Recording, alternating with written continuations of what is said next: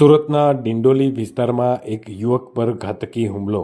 ડિંડોલીના ભેસ્તાન આવાસમાં ખેલાયો ખૂની ખેલ।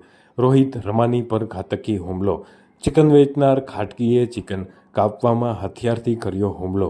હાલ રોહિતસિંહ ગંભીર રીતે ઘાયલ થયા છે। ગળાના ભાગે અને પેટના ભાગે ચાકુના ઘા મારવામાં આવ્યા હતા, જેને સારવાર અર્થે હાલ સિવિલ હોસ્પિટલ ખાતે ખસેડવામાં આવ્યો છે। આ સમગ્ર મામલે પંથકમાં ચકચાર મચી જવા પામી છે, જ્યારે પોલીસે વધુ તપાસ હાથ ધરી છે।